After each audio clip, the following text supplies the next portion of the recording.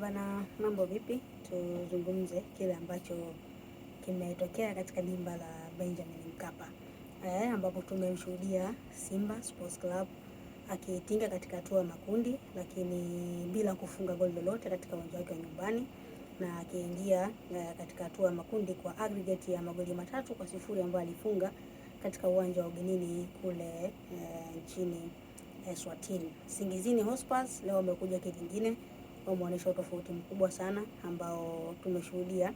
Pia umeonyesha taswira nyingine kwa upande wa Simba kwa kile ambacho watu wengi walitegemea kukiona wakifanya, kwa sababu walishashinda magoli 3-0 katika mchezo uliopita, ama mchezo wa ugenini kule nyumbani kwa Singizini Hotspurs.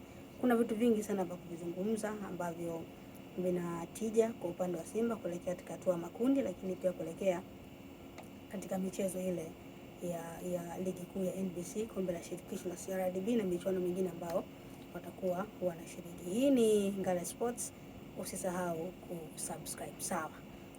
Kwanza kabisa mchezo wa leo ulikuwa na utofauti mkubwa sana, na tofauti ya kwanza ilikuwa ni kwenye squad selection ambayo kocha Pantev alikuwa ameingia nayo. Kwanza kabisa alifanya mabadiliko ya baadhi ya wachezaji muhimu ambao wamekuwa muhimili tangu msimu uliopita, lakini pia mwanzoni mwa msimu huu kuanzia kwenye ligi kuu na hii michuano ya Afrika. Kwa mfano Shomari Kapombe alitoka na nafasi yake kuchukuliwa na David Kameta Duchu, lakini pia ukijaribu kuangalia namna ambavyo Kibu Denis alivyoingia mechi iliyopita, alianza Neo Maema pamoja na jana wa mechi imeanza wa peke yake, baadaye akaingia Neo Maema, lakini Morris Abraham hakuanza mchezo uliopita, ameanza mchezo huu wa leo.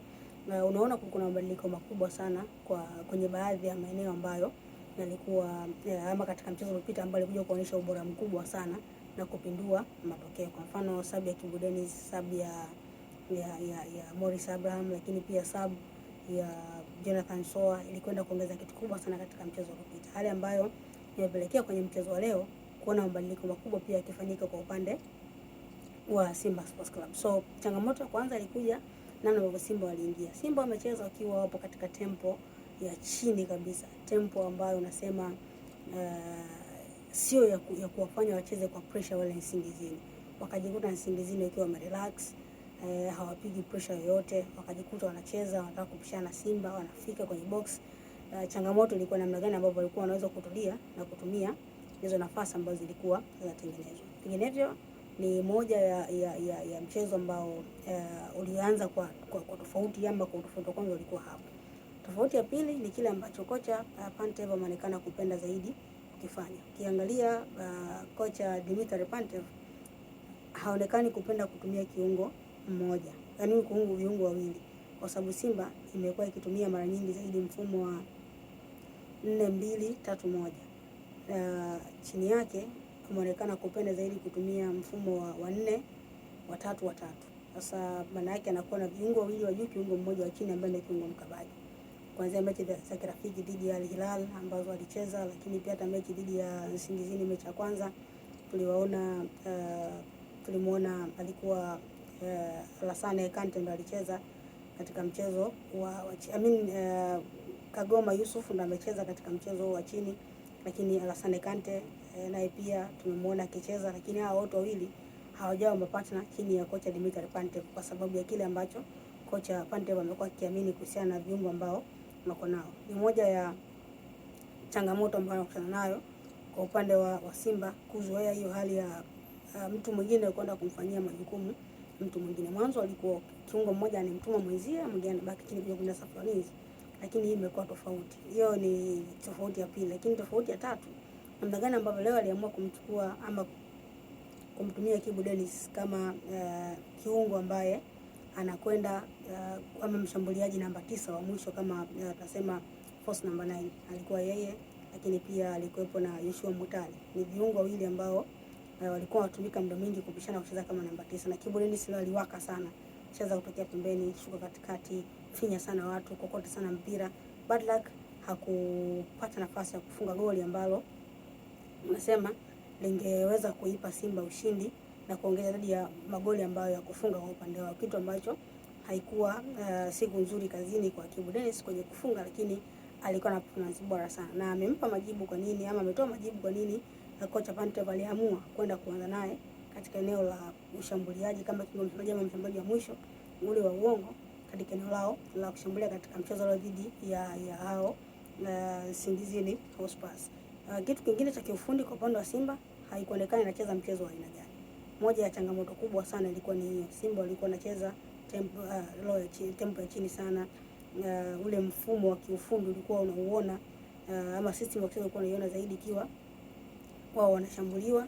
Unaona mistari miwili unaiona, mistari mitatu ulikuwa unaiona, lakini baada ya hapo ulikuwa ioni timu kama inaonyesha uhai mkubwa sana. Hiyo ni moja ya changamoto ambayo Simba pia ameonyesha leo hii katika uchezaji wake, haswa kwa zile aspect za kiufundi zaidi. So ukirudi kwa upande wa sababu ambazo pia alifanya baada ya kuingia Neo Maema, alipoingia Jonathan Soa, naye pia hakuonekana muda mwingi kucheza akiwa ndani ya box kwa harass mabeki wa timu pinzani. Alikuwa anacheza nje ya box kupokea na kujaribu kupiga 1-2, haikuwa nzuri sana.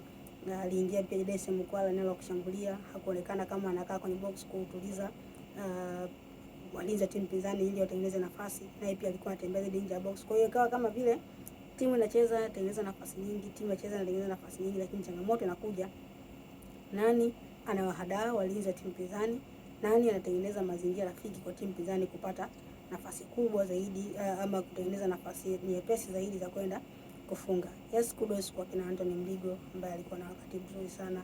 Rushin Deriak amekuwa na mwendelezo mzuri kwenye eneo la ulinzi.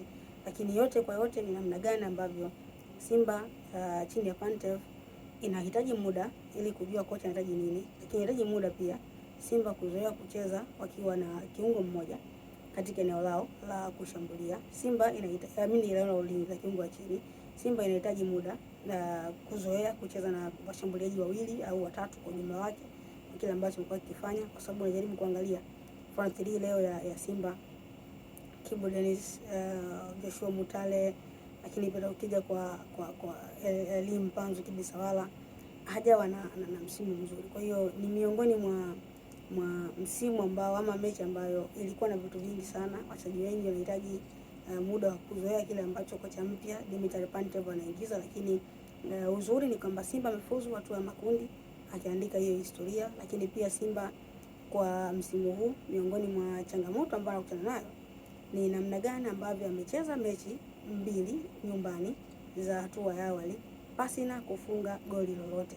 Mechi ya kwanza dhidi ya Gaborone United ya Botswana hakupata goli lolote, lakini pia mechi ya pili dhidi ya Singizini Hotspurs amecheza katika uwanja nyumbani hakufunga goli lolote. Mechi ya kwanza ilisimamiwa na kocha Hemedi Selemani Moroko ambaye ni kocha wa timu ya taifa, na mechi ya pili imesimamiwa huyo na kocha Pantev ambaye kwenye kivuli anaonekana yeye, lakini kwenye kivuli nyuma pazia kwenye zile CV anaonekana kocha msaidizi huyu Selemani Matola akiwa katika hilo eneo. Kwa hiyo ni kama vile Simba wamecheza mechi, wamekuwa na wakati mzuri wa kushinda ugenini, lakini wamevuka kwenda hatua makundi, ila kwenye uwanja wa nyumbani kuna kitu ambacho wamemiss, ambacho ni kupata ushindi, na kitu ambacho mashabiki wengi pia wa Simba wameonekana kulalamikia, wameonekana kutamani kuona vitu vinatokea, wametamani kuona Simba ikishinda, kuwa na wakati mzuri katika eneo lao la kushambulia. Ni moja ya wakati mgumu ambao Pantev naamini leo hii